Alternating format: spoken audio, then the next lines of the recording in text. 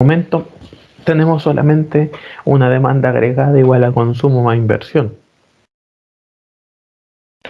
Pero la verdad es que ahora va a existir un país.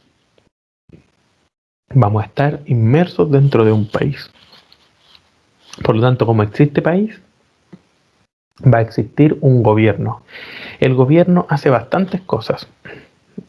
Y vimos cómo se interrelaciona con los agentes económicos al inicio de nuestro curso, incluso en el curso anterior, en Economía 1. Sabemos que el gobierno entrega transferencias o gasto público, tiene gasto público. El gobierno desembolsa dinero. Para poder desembolsar dinero, también el gobierno debe lograr tener ingresos. A esos ingresos del gobierno se le llaman impuestos. Eso es lo que nosotros veremos hoy día. Entonces, vamos a ver cómo la demanda agregada cambia. Tenemos un gasto público e impuestos. Tenemos déficit del presupuesto fiscal también. Bien. Entonces, primero, se mantienen algunos supuestos. El primer supuesto, las empresas son precios aceptantes. Seguimos en el mismo supuesto de antes, ¿cierto? Existe un mercado de competencia perfecta. Las empresas no pueden modificar el precio, sino que aceptan el precio. Los precios son fijos y además son a corto plazo. Solamente se introduce el tercer sector o los agentes económicos, ¿se acuerdan ustedes? Que se llama gobierno o sector público, como quieran llamarlo. Por lo tanto, hasta ahora, esta era nuestra función, ¿cierto? La demanda agregada era igual a consumo más inversión. Ahora va a cambiar un poquitito, porque la demanda agregada va a ser igual a consumo más inversión más gasto de gobierno. ¿Ya? Vamos a agregar gobierno ahora. Pero fíjense que en la oferta agregada también cambia algo, porque tenemos consumo, ahorro o impuestos. Recuerden que antes las personas tenían solamente dos opciones: o consumían el dinero o lo ahorraban, que se encuentra acá, ¿cierto? Solamente podían hacer dos cosas: o consumir, y lo que no consumían lo ahorraban. Pero ahora se suma una tercera, es decir, las personas consumen, las personas también ahorran y ahora también las personas pagan impuestos. El impuesto es la T, de taxes, de ahí viene, ¿ya? Pero eso se llama impuesto. Ahora, se supone que los impuestos son directos y son en función de la renta, es decir, un impuesto 10% significa que yo gano 1.000 pesos y pago un 10%, me quedan 900, eso significa, ¿cierto? Estoy pagando 100. Por lo tanto, todos los impuestos para nosotros va a ser un porcentaje de la renta. A eso le llamamos impuesto. Y el gasto público, que es esta G nueva que se introduce, es exógeno o autónomo, como quieran llamarlo, ¿cierto? Va a ser autónomo. No importa, ¿cierto?, cuánto sea nuestro nivel de de ingreso, siempre el gasto va a ser autónomo. Es decir, si nuestro Producto Interno Bruto es muy muy bajo, vamos a seguir teniendo carabineros y hospitales y un sinfín de otras cosas. Es decir, el gasto público no depende del nivel de producción. ¿Ya? Por lo tanto, es exógeno al modelo. Aquí hay algo importante. Como ahora tenemos impuestos, ¿cierto? No podríamos decir que si nuestra propensión es 0,6, vamos a consumir el 60% del PIB. No, pues no podemos. ¿Por qué razón? No podemos porque una parte se va a impuestos. Es decir, no podemos consumir un porcentaje de nuestro ingreso directo, sino que ahora vamos a consumir un porcentaje del ingreso disponible. Un porcentaje del ingreso disponible. Vamos a ver en qué consiste el ingreso disponible. Para nosotros, el ingreso disponible va a ser el ingreso menos los impuestos, menos lo que yo pago de impuestos. Es decir, si ingresas 1.000, y pago 100 de impuestos, bueno, el ingreso disponible van a ser los 900 restantes. De esos 900 restantes es que yo voy a poder consumir. Bien. Ahora, los impuestos ya hemos visto que es un porcentaje por I, ¿cierto? Por lo tanto, el ingreso disponible simplemente reemplazo, ¿cierto? Y me da un porcentaje por I. Si yo factorizo por I, porque ambos términos tienen I, ¿cierto? Factorizo, entonces pongo I por 1 menos T. Por lo tanto, ese va a ser nuestro ingreso disponible. Bien. Ese sería nuestro ingreso disponible. Como ese es nuestro ingreso disponible, se ajusta a la función de consumo. Por lo tanto, nuestra nueva función de consumo es consumo autónomo más la propensión por el ingreso disponible. Por el ingreso disponible que está ahí. ¿Cierto? Si van teniendo dudas, niños, vayan consultándolas simplemente. ¿Ya?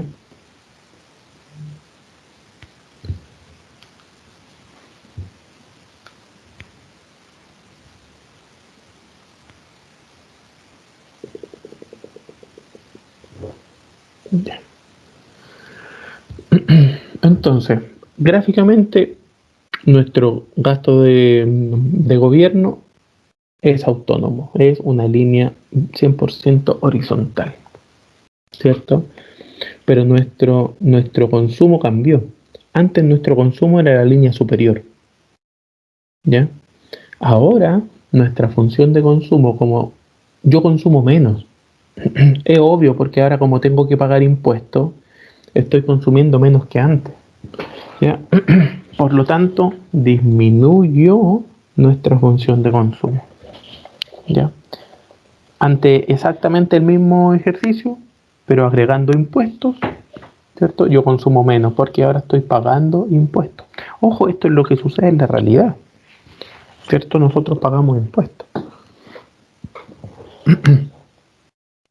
Por lo tanto, esa sería nuestra nueva función.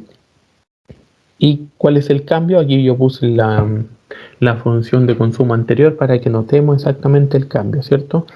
Y nacen del mismo punto. ¿Por qué razón? Porque no se modificó nuestro consumo autónomo, para nada, ¿cierto? El consumo autónomo sigue siendo el mismo, por lo tanto nacen del mismo punto, simplemente tienen una pendiente menor. Al tener una pendiente menor, fíjense lo que sucede con el equilibrio en el consumo, ¿cierto? También disminuye, ¿ya? Por lo tanto, esa sería nuestra función de consumo nueva. A la función de consumo le sumamos la inversión, esa sería nuestra función de inversión, y a nuestra función de consumo más inversión le sumamos el gobierno, y acá entonces estaría nuestra demanda agregada.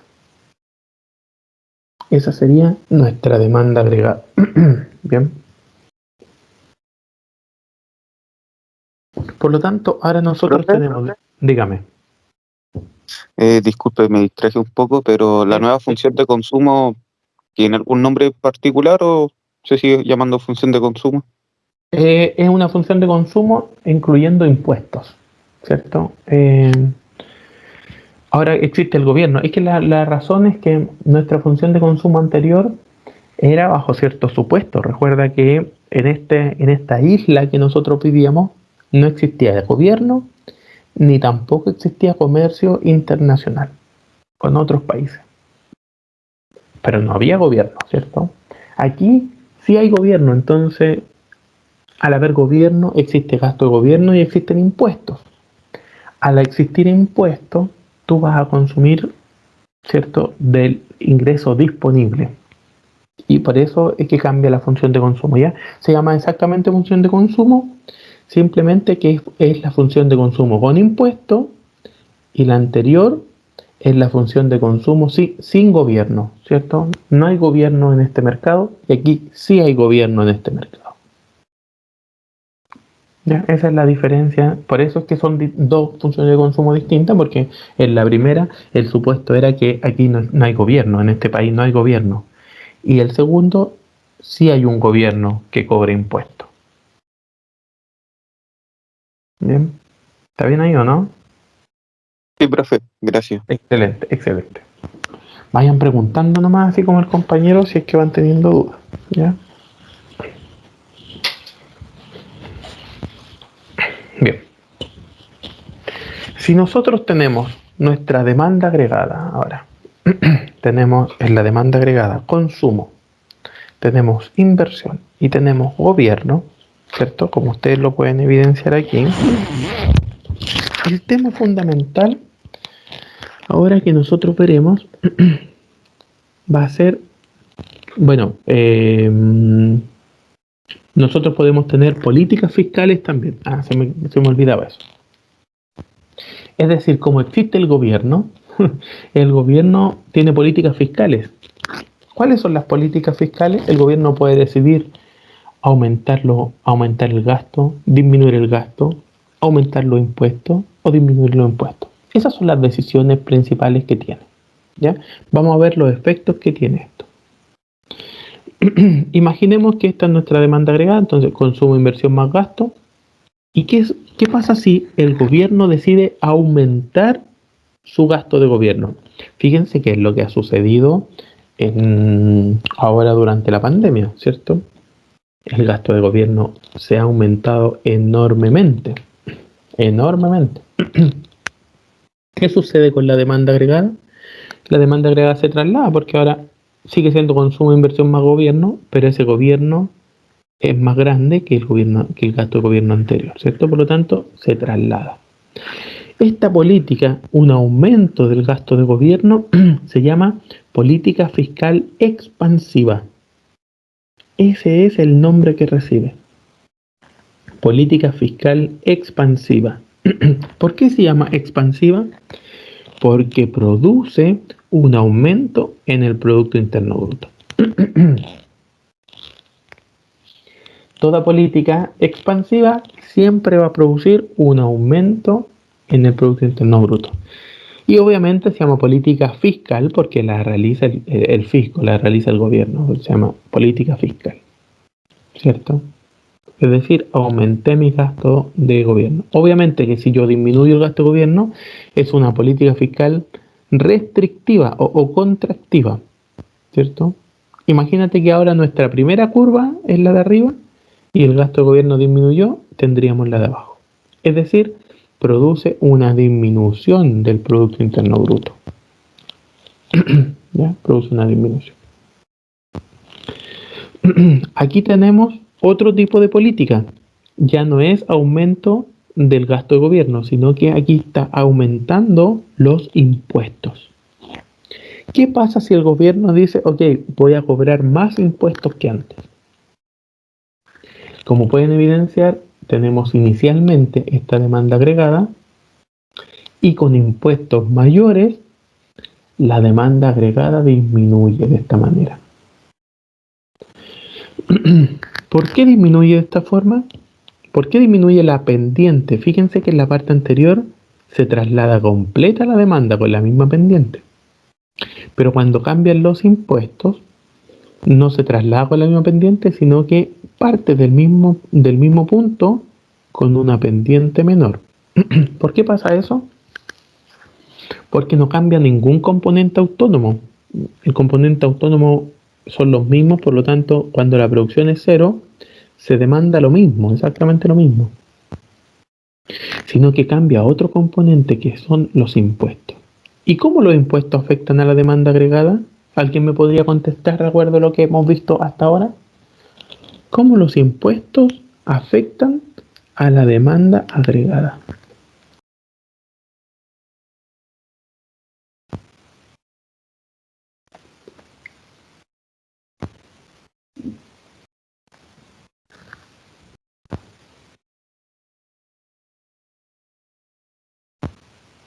¿Será porque se consume menos, ya que el Correcto, impuesto es algo que se le da al gobierno, no que tú estás consumiendo ni ahorrando? correcto, 100% correcto. Los impuestos entonces afectan directamente al consumo, eso ya lo habíamos visto. Y al consumir menos, la demanda agregada cae, tal cual como usted me lo está diciendo. ¿Quién me dijo eso? ¿Marco? Sí, profe. Buena, Marco. Muy bien pensado. Ya, por el tema del consumo. Muy bien. ¿Ya? Por lo tanto, pasa lo mismo que el anterior, ¿cierto? Ahora el gobierno tiene más herramientas para poder eh, llevar a cabo, ¿cierto? O solventar o resolver los problemas económicos que pueden existir. Lo mismo de la resolución de la prueba, pero ahora con gobierno, no con inversión, ¿cierto? ¿Qué pasa si el PIB de pleno empleo se encuentra sobre el PIB de equilibrio? Si el PIB de pleno empleo se encuentra sobre el nivel de equilibrio, existe desempleo. Entonces, ahora el gobierno no incentiva la inversión.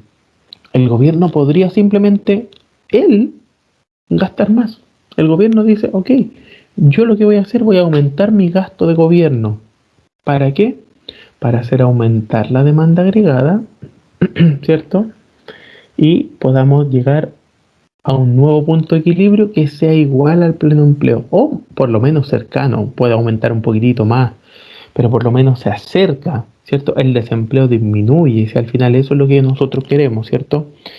Lo ideal es que pasemos por aquí, por ese punto, para que no exista desempleo. Ya aquí entonces está sucediendo este problema económico. ¿Qué sucede si la producción de pleno empleo se encuentra más baja? Porque aquí, en este caso, la producción de pleno empleo es mayor que la de equilibrio. ¿Qué, ¿Qué sucede si el pleno empleo es más bajo que la producción de equilibrio? En este ejemplo, ¿ya?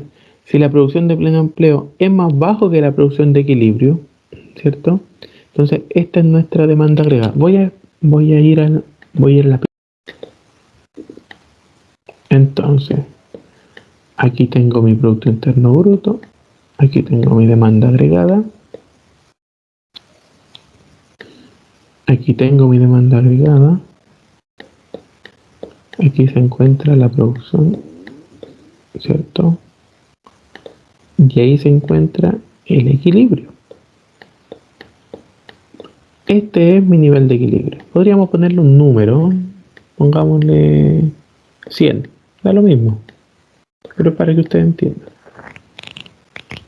¿Ya? Entonces aquí tengo mi demanda agregada. ¿Qué pasa si mi producción de pleno empleo son 50? Pensemos que qué significa que la producción de pleno empleo sean 50, ¿cierto? Ya lo habíamos visto nosotros en clase, pero bueno, lo estoy repasando. Que nuestra producción de pleno empleo sean 50 significa que si nosotros utilizamos absolutamente todos los trabajadores, todos los recursos del país, todo, absolutamente todo, vamos a producir máximo 50. Entonces, en otras palabras, nosotros hoy día no nos podríamos encontrar produciendo 100. La verdad que hoy día nosotros nos encontramos en la misma demanda agregada máximo aquí. Ese es el punto en el cual nosotros nos encontramos. Eso estamos en la actualidad, ¿cierto? Ahí estamos actualmente. No estamos en equilibrio, no estamos en el punto azul, no, estamos en el punto amarillo. Ahí nosotros nos encontramos. ¿Qué pasa en el punto amarillo que nosotros nos encontramos actualmente? Si ustedes se dan cuenta, la demanda agregada, en este caso, es mayor que la oferta agregada, ¿cierto? Es mayor, ¿cierto? Todo esto de demanda agregada y la oferta agregada es todo esto. Por lo tanto, la demanda agregada es mayor que la oferta agregada. No nos encontramos en equilibrio. Si fuesen iguales, nos encontraríamos en el punto otro color. Nos encontraríamos en el punto morado. Aquí. Calipso, no sé, para mí todos los colores son similares. Pero no sé qué color será ese. Pero para mí es morado. Calipso, no sé. Rosado, no sé. Nos encontraríamos en este punto. Ese es el punto en el cual pasa por la línea 45 grados. ¿Qué quiere decir? Quiere decir que la demanda y la oferta son iguales. Pero no estamos ahí. Estamos en un punto superior. Es decir, la oferta agregada es más pequeña, es más chico que la demanda agregada. ¿Qué pasa si la demanda agregada es mayor a la oferta? ¿Cierto? ¿Qué pasa si la demanda agregada es mayor a la oferta? Si se demanda más de lo que se ofrece, lo hemos visto mucho rato, ¿cierto? En Economía 1.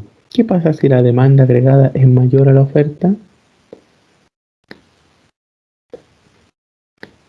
¿Inflación, profe? Inflación, muy bien. Inflación. Aumentan los precios porque se está demandando más de lo que se ofrece, ¿cierto? Se demanda mucho más, entonces ¿qué hacen los que venden? Suben los precios. Inflación. Por lo tanto, como existe inflación, este es otro problema económico, ¿cierto? Lo mismo que nosotros vimos antes, ojo con esto, estamos como repasando, pero ahora las acciones del gobierno. ¿Qué sería lo lógico? Lo lógico entonces sería que el gobierno disminuyera un gasto de gobierno. Disminuyera un gasto de gobierno para que la demanda agregada bajara y entonces pasara por un punto de equilibrio más cercano. Fíjense que estas son acciones gubernamentales. A esta que acabamos de ver, ¿cierto? Que el gobierno disminuye, ¿para qué? Para hacer disminuir la inflación, o el gap inflacionista, ¿cierto? Disminuye la inflación. Este de acá, como vimos, es un punto imposible de alcanzar. ¿Por qué razón? Es porque produciendo al máximo, vamos a producir esto. Entonces, esto es imposible de alcanzar. ¿Qué política fiscal debería hacer el gobierno? Una política fiscal restrictiva. Recuerden que las políticas fiscales pueden ser expansivas o restrictivas. Va a depender del efecto. El efecto es aumento o disminución del PIB. En este caso, el efecto es una disminución, por lo tanto, se llama política fiscal restrictiva. Obviamente para hacer disminuir esta brecha inflacionista que existe. Bien. Ahora, aumentar el gasto, disminuir el gasto, aumentar los impuestos, disminuir los impuestos. Normalmente esto no va a depender del dinero que también tenga el gobierno. Porque imagínense antes, si yo digo, bueno, simplemente el gobierno tiene que gastar más. De hecho, hoy en día existe un sinfín de personas que dicen, bueno, el gobierno debería gastar más todavía o debería aumentar todavía más su gasto. Personas que pueden comentar de esa forma, pero simplemente lo hacen porque no comprenden la economía, no entienden cómo funciona la economía, ¿cierto? Entonces es por eso una de las razones por las cuales ustedes están estudiando. Necesitamos entender qué sucede, ¿cierto? Necesitamos entender la economía. Por lo tanto, el gobierno es como cualquier familia. Tiene ingresos y tiene gastos. Por lo tanto, vamos a ver entonces el presupuesto del gobierno, el presupuesto del Estado. El gobierno tiene un presupuesto. Bien, tiene un presupuesto. En diapositiva, ¿ya? Que a veces haciéndolo se entiende un poco más. Un gobierno, ¿cierto? Tiene ingresos, sus ingresos están supeditados, ¿cierto?, a los impuestos. Recuerden ustedes que los impuestos son, ¿cierto?, el porcentaje de impuesto por Y. Por lo tanto, si Y aumenta, también aumentan su ingreso. Si disminuye, disminuyen su ingreso. ¿Cierto? Acá vamos a poner dinero. O un gasto de gobierno. ¿Cómo es el gobierno? Bueno, el gobierno tiene este tipo de nivel de gasto. Autónomo. Autónomo. Por lo tanto, fíjense lo que sucede. Para que se entienda. el presupuesto del gobierno. Solamente en ese punto de producción, solamente en este punto de producción, el gasto de gobierno es exactamente igual a su ingreso. En ese punto de PIB, ¿se entiende, no? Solamente en ese nivel de Producto Interno Bruto son iguales. Pero analicemos todo lo que podría suceder. ¿Qué pasa si nuestro Producto Interno Bruto es menor que eso? Es decir, si nuestro producto son 100.000 millones, da lo mismo. Pero actualmente nosotros estamos como país produciendo menos. Estamos por aquí. Este sería nuestro PIB actual. ¿Qué sucede? Si ustedes se dan cuenta, tenemos este gasto de gobierno, el rojo, pero tenemos ese ingreso de gobierno. Tenemos, no lo voy a poner con esa y ya, lo voy a poner con la T para que no se confunda con la inversión. Tenemos ese gasto y esos ingresos por impuesto. Por lo tanto, estamos en algo que se llama déficit. Déficit de gobierno. ¿Cómo solventamos un déficit? Bueno, como cualquier familia, nosotros vimos el problema económico del déficit de gobierno en la primera materia que nosotros vimos. El gobierno lo puede solventar de distintas formas. Puede producir dinero, puede endeudarse o pedir prestado. Puede pedir prestado con las personas del mismo país o pedir prestado a otros países. Pero de alguna forma tiene que sacar más dinero porque tiene un gasto mayor que los ingresos, ¿cierto? Tiene un gasto mayor que los ingresos. Ahora aquí influye algo muy importante. ¿Qué sucede si este no tan solo sería nuestro nivel de producción actual? ¿Ya? Voy a borrar esto, ¿ya? Sabemos que ahí está el equilibrio. ¿Qué pasaría si este fuese nuestro Producto Interno Bruto de pleno empleo? De pleno empleo. Es decir, en otras palabras, lo máximo que nosotros podríamos llegar a producir es este Producto Interno Bruto. ¿Cierto? Lo máximo. Fíjense que nosotros nos encontraríamos en una situación muy, muy mala. Porque nuestros ingresos, en el mejor de los casos, siempre van a ser mayores a los impuestos. Por lo tanto, ¿la deuda es buena o la deuda es mala? Aquí lo voy a explicar con otro gráfico. Va a depender. Recuerden ustedes algo que nosotros habíamos visto antes, que era, ¿cierto?, los ciclos económicos. Eso lo vimos en la primera materia, pero vamos a recordarlo. Los ciclos económicos. A través del tiempo, ¿cierto? No sé cuánto. Ya. A través del tiempo no siempre se produce lo mismo. Por lo tanto, hay fases de expansión monetaria, de recesión, ¿cierto?, de crisis económica. ¿Ya? Hay momentos buenos, malos y así. Se llaman ciclos económicos. Veamos. ¿Qué pasa si este fuese mi gasto de gobierno?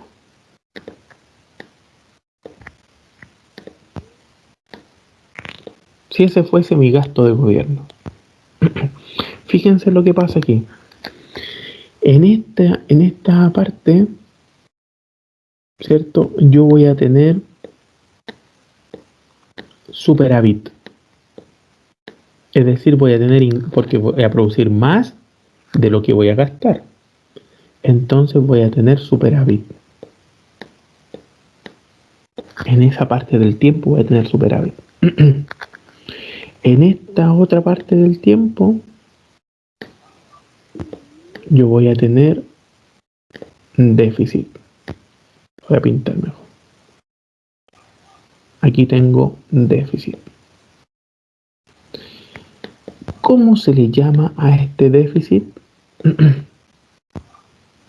¿Es un déficit bueno es un déficit malo, porque aquí estamos hablando que hay déficit, porque fíjense que estoy gastando más que los ingresos que estoy teniendo. Todos los ingresos son más bajos que el gasto, ¿cierto? A este déficit recibe un nombre. Se llama déficit cíclico. Ese es el nombre que recibe. Es un déficit muy normal y podríamos decir que no es un déficit malo.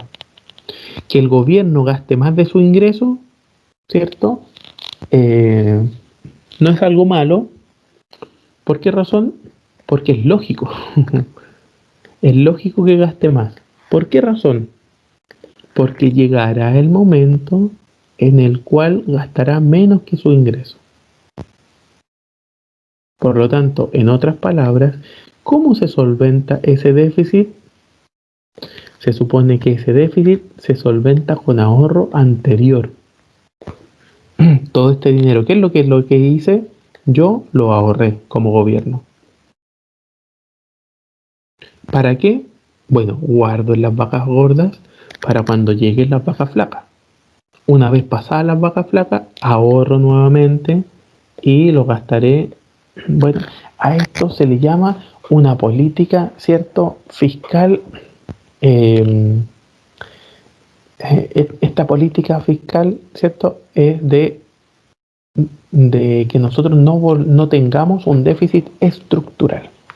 ¿Ya? Responsabilidad fiscal. Que el gobierno no gaste más que sus ingresos.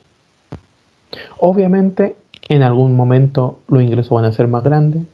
Obviamente, en algún momento sus ingresos van a ser más pequeños. Pero podríamos llamar que se van solventando a través del tiempo. Recuerden que esto es tiempo, ¿cierto? Por lo tanto, este es el año 1, el año 2, el año 3, el año 4, hasta ahorré 4 años. Entonces el año 5, el año 6 y el año 7 me gasto los ahorros. Después otra vez comienzo a ahorrar. Esto es tiempo, ¿cierto? Es tiempo. Ya. Ahora, ¿qué sucede si el gobierno aumenta su gasto de gobierno? Como es lo que está sucediendo hoy en día. Y muchas personas dicen, debes aumentar más todavía. El gobierno debe aumentar mucho más su gasto de gobierno.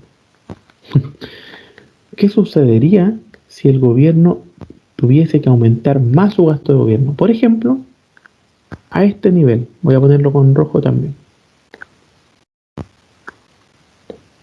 Si el gobierno aumenta su gasto de gobierno, ya no es este, ¿cierto? Lo voy a borrar.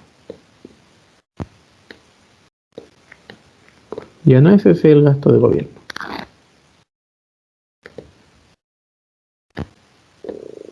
Sino que ahora es ese gasto de gobierno que se encuentra ahí arriba. Si yo estoy en este gasto de gobierno, fíjense que jamás estaré en superávit, ¿cierto? De repente deberé menos, esta diferencia, ¿cierto?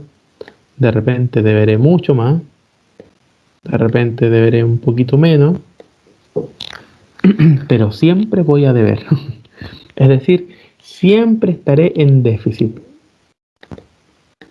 ¿Ya? A este déficit se le llama déficit estructural. Este déficit se llama déficit estructural. ¿Por qué se llama déficit estructural? Porque está pensado que yo jamás pueda igualar los gastos con los ingresos. Jamás, en ningún momento. En el mejor de los casos, tendré un déficit menor nomás. Pero siempre tendré un déficit. A eso se le llama entonces déficit estructural. Bien, déficit estructural. Volvamos entonces a nuestra diapositiva.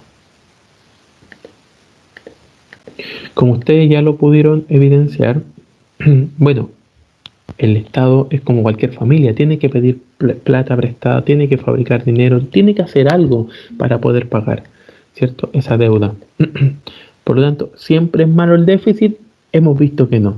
Por lo tanto, hay que diferenciar entre déficit cíclico y el déficit estructural.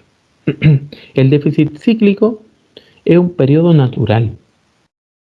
Casi todos los estados aceptan el déficit cíclico, ¿cierto? En el gráfico que nosotros vimos es a través del tiempo. Vamos a ver el gráfico con respecto a sus ingresos. En este gráfico nosotros nos encontramos en un déficit cíclico. ¿Por qué razón sabemos inmediatamente que es un déficit cíclico?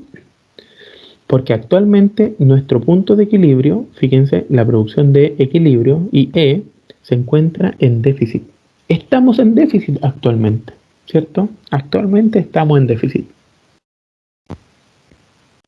Pero la producción de pleno empleo se encuentra en superávit. ¿Qué significa? Significa que si nosotros produjéramos este nivel de producción, ¿cierto? Con respecto al gasto de gobierno y los impuestos, nosotros estaríamos en superávit. Actualmente no lo estamos, pero eso es algo entonces que se llama cíclico, porque en algún momento llegaremos a esto, ¿cierto? Recuerden que la producción de pleno empleo sería esta línea.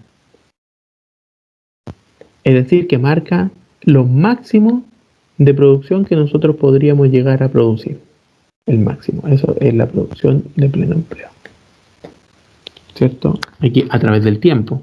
Bueno, la producción de pleno empleo puede ir creciendo, ¿cierto? Puede tener alguna pendiente más positiva, ¿ya? De hecho, lo tiene en una pendiente un poquito más positiva, ¿cierto?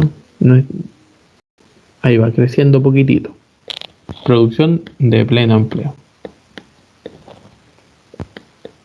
Por lo tanto, si el gasto de gobierno actualmente se encuentra en déficit, pero ojo, nuestra producción de pleno empleo se encuentra en la zona de superávit, este déficit se llama déficit cíclico. Pero si la producción de pleno empleo se encuentra en un déficit, significa que no importa lo que actualmente produzcamos, en el mejor de los casos, vamos a estar en déficit. En el mejor de los casos. Por lo tanto, este déficit del gobierno se llama déficit estructural. Déficit estructural. ¿Qué puede hacer el gobierno? Que nosotros actualmente en Chile estamos en un déficit estructural. Actualmente lo estamos. Y entonces tenemos nuestro ingreso. Ahí están los impuestos. Ahí está el gasto de gobierno. Y aquí se encuentra entonces nuestro PIB de pleno empleo. ¿Cierto? ¿Qué podría hacer el gobierno? Tiene dos opciones. Y las dos, las personas no les gusta. A los ciudadanos no les gusta. Opción número 1. Bueno, bajar su nivel de gasto. Estaba gastando mucho. Entonces, bajar su nivel de gasto, ¿cierto? Lo más posible. Si lo baja mucho, claro, fíjate, nos vamos a encontrar en superávit. Ya, por acá se va a encontrar el punto de equilibrio. A diferencia de acá, ¿cierto? Al bajar el nivel de gasto, entonces podríamos nosotros encontrarnos en una situación mucho mejor. Primera solución, las personas no les gusta. Porque antes recibían el bono, porque antes recibían tal cosa, porque antes recibían X cosas del gobierno y cuando disminuyó el gasto dejaron de recibirlo. Antes existían subsidios a la vivienda, existía postulación de no sé qué, ahora ya no. Por lo tanto, no es una medida muy popular. Es una de las soluciones, pero no es una medida popular. Segunda opción, aumentar los impuestos. Si se aumentaran los impuestos, ¿cierto? De esta manera, también el gobierno tendría más ingresos, sin aumentar los gastos, por supuesto, y nos encontraríamos en una situación mucho mejor, ¿cierto? Si se aumentaran los impuestos, fíjense, voy a borrar esto para que se entienda bien. ¿cierto? Nos encontraríamos entonces en la parte ahora nos encontramos en la parte de superávit. La producción de pleno empleo se encuentra en la parte de superávit. Bien. Entonces, como ustedes pueden evidenciar, ambas políticas son muy poco populares. A las personas no les gusta que aumenten sus impuestos. Por supuesto que no. Ahora tienen que pagar más. Y tampoco quieren dejar de recibir todas las prestaciones del gobierno, del Estado. Entonces ahí tenemos una gran disyuntiva, ¿cierto? ¿Qué es lo que nosotros debemos hacer como gobierno? ¿Qué opción tomamos? Bueno, eso es normalmente lo que está sucediendo hoy en día, ¿cierto? A las personas no les gusta que recibir menos prestaciones, menos transferencias del gobierno, del Estado. Tampoco les gusta pagar más. Entonces, todos esos son los problemas que tiene un gobierno.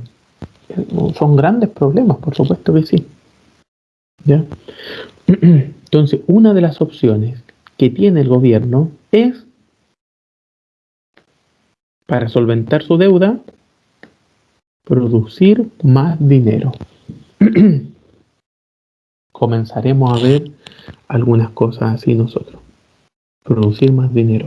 ¿Qué significa producir más dinero?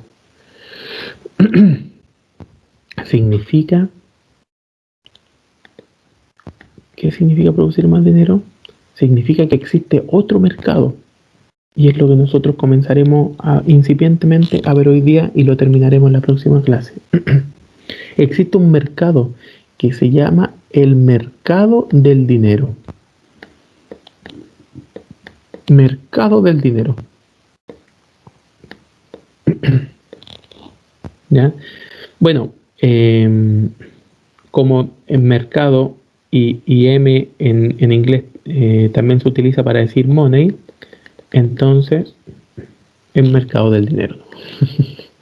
¿Ya? El mercado del dinero tiene las siguientes particularidades. El mercado del dinero, ¿cuánto dinero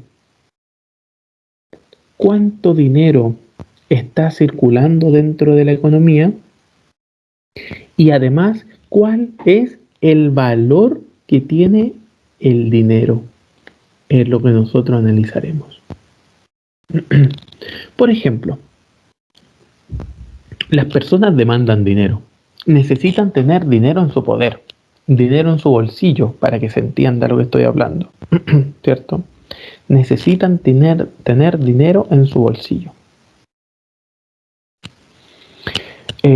¿Cuánto dinero tendrán? ¿De qué dependerá cuánto dinero tiene en el bolsillo? La verdad es que depende de la tasa de interés. Les voy a poner un ejemplo muy práctico. Imagínense una persona, estamos hablando de la economía a nivel general, pero pongo estos ejemplos de personas para que ustedes entiendan el tema de las decisiones solamente, ¿ya? Tiene 20.000 pesos. 20 millones, ya, ok, 20 millones. Y entonces la tasa de interés es de un 0%. ¿Cuánto de esos 20 millones va a destinar a ahorro? Lo más probable es que no ahorre nada. Porque si la tasa de interés es 0%, mejor ese dinero lo gasta, ¿cierto? Lo tengo aquí el dinero en mi bolsillo. Existen 3 razones por las cuales yo mantengo dinero, ¿cierto?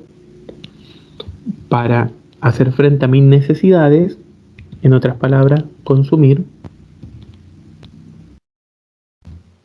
¿cierto? Otra razón por la cual yo mantengo dinero es por la especulación.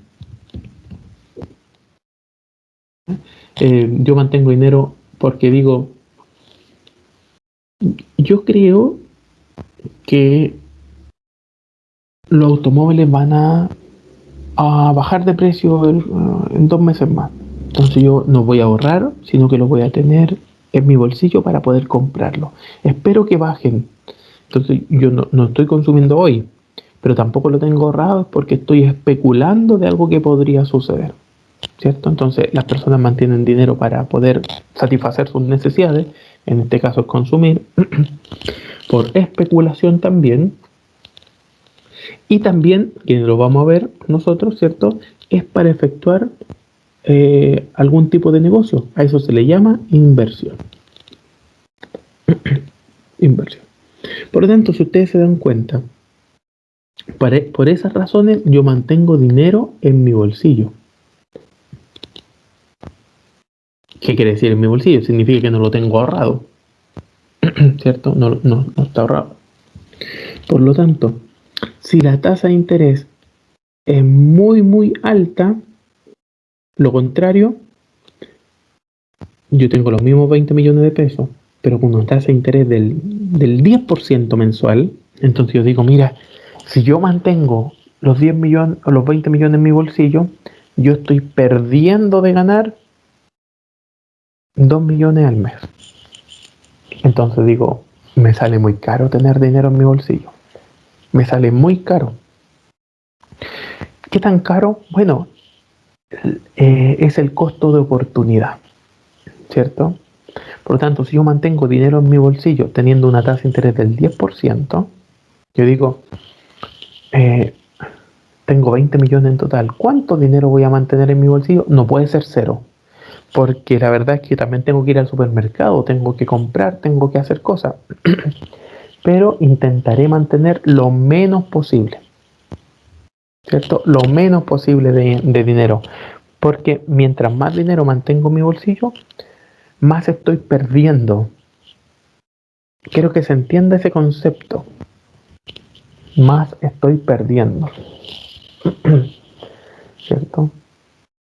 Ahora, si la tasa de interés aumenta más todavía, aumenta el 50% de interés. Entonces yo digo, hoy 20 millones. En un mes gano 10 millones de interés. Enorme, es una ganancia enorme. ¿Cuánto dinero mantendré en el bolsillo? Menos todavía. Viviré sin pan, sin nada. ¿Pero para qué? Bueno, porque la ganancia del sacrificio de tener un mes, de no tener dinero un mes, es enorme. Por lo tanto, si ustedes se dan cuenta, cuánto dinero yo mantendré, cuánto dinero ahorraré o consumiré, va a depender 100% de la tasa de interés. Mientras más alta es la tasa de interés, este money o dinero, ¿cierto? Mientras más alta es la tasa de interés, menos dinero yo voy a tener en mi bolsillo, porque el dinero va a estar ahorrado. Menos dinero va a estar circulando en la economía ahora. ¿Ya? Ahora, cuando yo digo dinero en el bolsillo, no significa que no esté en el banco. Por ejemplo, yo podría tener dinero en la cuenta RUT. Ojo, ese dinero es líquido. Ustedes en contabilidad saben que eso es liquidez, ¿cierto? La cuenta banco es cuenta líquida. Es una cuenta de liquidez, es decir, yo voy y en 3 minutos saco el dinero del banco. Es 100% líquido. No me refiero a eso, ¿cierto? Sino que me refiero a, qué sé yo, invertir en acciones, algo que no se pueda tener liquidez rápidamente, ¿cierto? Por lo tanto, si la tasa de interés aumenta, yo voy a tener menos liquidez, para que se entienda el concepto, ¿cierto? Bueno, a nivel del mercado pasa lo mismo, pues obviamente si esto pasa a nivel de una persona, a nivel del mercado pasa exactamente lo mismo. Mientras más alta es la tasa de interés, menos money, menos dinero existirá. Y si la tasa de interés comienza a disminuir, paulatinamente comienza a aumentar más y más, ¿cierto? Más y más la cantidad de dinero que yo tendré disponible o yo querré tener en mi dinero, en mi bolsillo. Ahora, si la tasa de interés es cero, bueno, yo digo, lo tengo absolutamente todo. ¿Para qué voy a tener ahorrado dinero si mejor yo lo mantengo disponible? Entonces, estos puntitos forman lo que nosotros llamamos demanda de dinero. La demanda de dinero viene explicada por el consumo, la inversión y el gobierno. Ellos son todos los que demandan dinero. Son todos los que demandan dinero. Consumo, inversión y gobierno son las familias, las empresas y el gobierno. ¿Cierto? Ellos son los que demandan dinero. Y todos ellos se relacionan o funcionan de la misma forma. Si la tasa de interés aumenta, van a demandar menos dinero. Si la tasa de interés disminuye, van a demandar más dinero. La verdad que si aumenta la tasa de interés demandan menos dinero porque es más caro tener dinero en el bolsillo. Ahora la pregunta es, ¿quién ofrece dinero? Porque todos ellos demandan. Todos demandan dinero. Todos necesitan desembolsar dinero o gastarlo, como quieran llamarlo. Pero ¿quién ofrece dinero dentro de la economía? El único ente, el único, ojo con esto, que ofrece dinero dentro de la economía es el Banco Central. Y representa la oferta monetaria. Representa la oferta monetaria. Bien. Por lo tanto, si el Banco Central representa la oferta monetaria, el Banco Central es quien decide cuánto dinero va a existir en la economía. Y claro, en la economía actualmente en todo Chile están circulando 100.000 millones de pesos. Un ejemplo, ¿no? Eso es lo que el Banco Central mantiene, 100.000 millones. 100.000 millones de pesos. ¿Ya? 100.000 millones. Si el Banco Central entonces dice, ok, voy a imprimir más dinero, ¿qué significa? Simplemente significa que ahora hay más dinero circulando.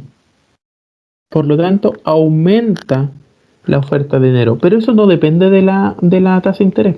Por lo tanto, por eso tiene esta pendiente que es 100% inelástica, es vertical, 100%. Si el Banco Central dice, oh no, voy a sacar dinero de la economía ahora, bueno, significa que la oferta monetaria se traslada hacia la izquierda. Es así de simple, el Banco Central es quien regula eso. ¿Cierto? Por lo tanto, como ustedes pueden evidenciar ya, aquí esto es un mercado, el mercado del dinero. ¿Cierto? Y en este mercado del dinero, entonces, también se produce un equilibrio, donde choca la curva de demanda de dinero y la curva de oferta de dinero, que el Banco Central lo establece, es en donde se establece la tasa de interés de equilibrio dentro del mercado. Esa es mi tasa de interés de equilibrio. A una tasa de interés diferente, la oferta y la demanda son distintas, como lo pueden ver, ¿cierto? Solamente a esa tasa de interés, la oferta y la demanda monetaria son la misma, son exactamente igual.